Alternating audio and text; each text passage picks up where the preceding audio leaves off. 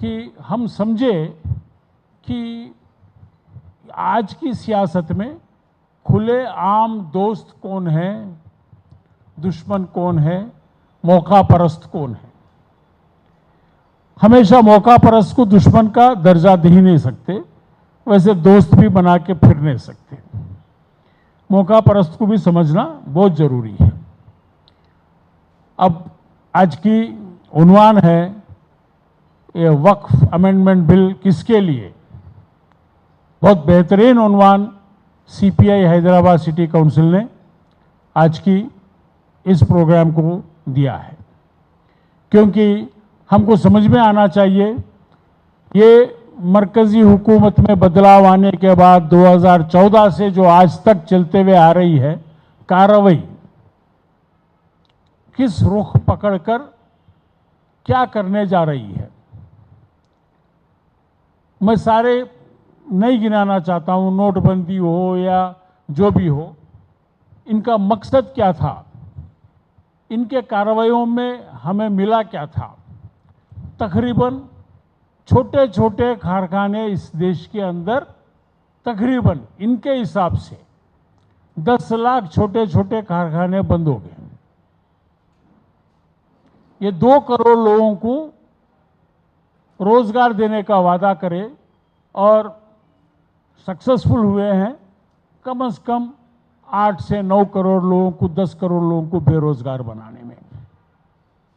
हर एक के खाते में 15 लाख रुपए देता हूं बोले, और नोटबंदी के वक्त हर एक आदमी गरीब रिक्शा चलाने वाले के 7,000 10,000 जितने भी पैसे घर में कहीं छुपा के रख लिए वो सब भी लूट लिए।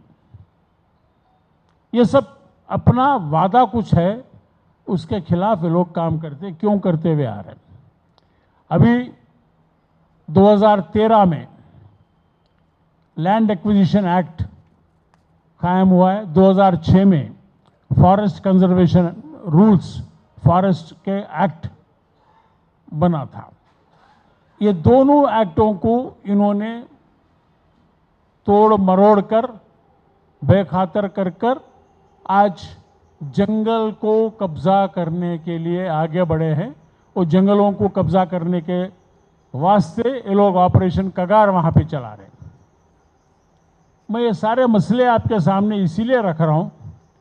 मैं कई बार हमारे जमीयत अहले हदीस वाले बुलाते थे, मैं बोलता था आपके मस्जिद के ऊपर जब पत्थर फेंका जाता है तो आप लोग परेशान हो जाते हैं, लेकिन आम किसान अगर से भूख हड़ताल पर बैठा है, एहतजाज कर रहा है, तो वहां पे आप कहीं दिखते नहीं। आज हम इंडियन नेशनलिस्ट मूवमेंट के तरफ से सीपीआई के हैदराबाद सिटी के और तेलंगाना स्टेट के सरपरस्तियों से हमने रिक्वेस्ट की कि आज ये काम आप करिए, क्योंकि बहुत जरूरी है इस देश में क्या हो रहा। दलितों को अलग करके मार दिया जा रहा है।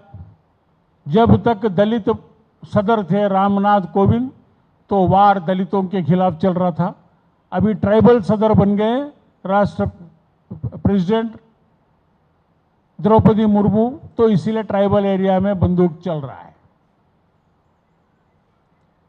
क्योंकि ये सारा जमीन हड़पना चाहते हैं, जंगल का जमीन हड़पना चाहते हैं।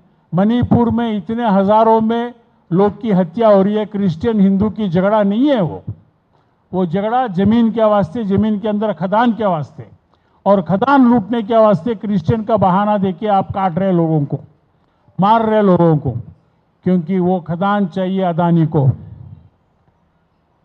हिंदुस्तान के जंगलों के अंदर जो खदान है वो चाहिए अदानी को। और मेरे प्यारे अजीज भाइयों, आज औकाफ की जमीन चाहिए अदानी को। ऐसा कुछ नहीं कि ना औकाफ की जमीन आज बरकरार है। हमारे ही लोग, खासकर मुसलमान जिसकी सरपरस्ती में औकाफ चलती थी, वो लोग भी खा चुके हैं, लेकिन वो चोरी होती है। क्योंकि हमारे पास आवाज आते रहती है कि औकाफ की ज़मीन कौन ने खाया, उन्हें खा लिया, इन्हें खा लिया, इन्हें खामोश हो गया, वकील खामोश हो गया। सही बात है, वकील खामोश हो गए, वकील को खरीद लिया गया, औकाफ के बोर्ड को खरीद लिया गया, मुतवल्ली को खरीद लिया गया। ये सब चोरी है, चोरी में जमा होते हैं। छोटे छोटे चोरियां हैं, देश भर में होते जा रहे हैं और चोरी होते रहता है, चोरी का एक कार्रवाई है।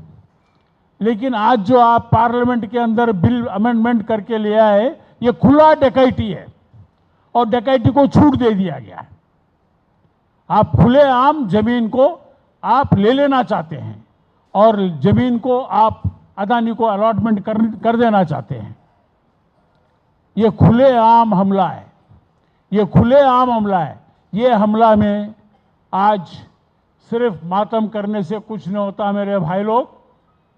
अभी तक आप जितने इस देश में लोग इस सरकार के हुकूमत की वजह से तड़प रहे थे, मर रहे थे, एहतजाज कर रहे थे, उनके साथ आप नहीं निभाया। खुला बोल रहा हूं मैं। लेकिन आज वो किसान आपके साथ ठहरने को तैयार है। आज वो ट्राइबल आदमी, आदिवासी आपके साथ ठहरने को तैयार है। इसीलिए कम्युनिस्ट पार्टी ने ये राउंड टेबल बुलाया। ये अदानी का भारत नहीं है, ये भारत हिंदुस्तानियों का है। हमारे देश को, हमारी देश की जमहूरियत को, हमारी देश की आज़ादी को बचाने का काम, जिम्मेवारी हम सबके खांधों पे है। और ये बात को लेके आज की कार्रवाई शुरू हो जाए। और मैं आप सबसे दरख्वास्त करता हूं कि इस देश को बेचने खरीदने वालों से मुक्त किया जाए। एक कदम आगे बढ़ के भी बोल सकता हूं, ये देश को गुजरात के व्यापारियों से मुक्त किया जाए। ये देश की हर इंसान, हर आदमी जो इस देश का पैदावार है, वो इस देश का शहरी है। हर शहरी की इज्जत, आबरू, जायदाद बचाने का काम हर कोई स्वीकार करे, हर कोई इसके अंदर जिम्मेवार बने, हर कोई इसका हिस्सा बने। क्योंकि ये देश हमारी है, ये ना हिंदू की है, ना मुसलमान की है, ना दलित की, केस एक कम्युनिटी के नहीं है, ना ब्राह्मण की है। ये हम सब की देश है। हम सब मिलकर इस देश को बचा लेंगे। अल्लामा इकबाल को याद कर लेंगे। ये गुलसिता है हमारा, इस गुलसिता को बचा लेंगे। बस ये दो चार अल्फाज बोलते हुए मैं अपनी तकरीर खत्म कर रहा हूँ। शुक्रिया। కృష్ణప్రసాద్ గారికి మన రౌండ్ టేబుల్ పక్షాన ధన్యవాదాలు తెలియజేస్తూ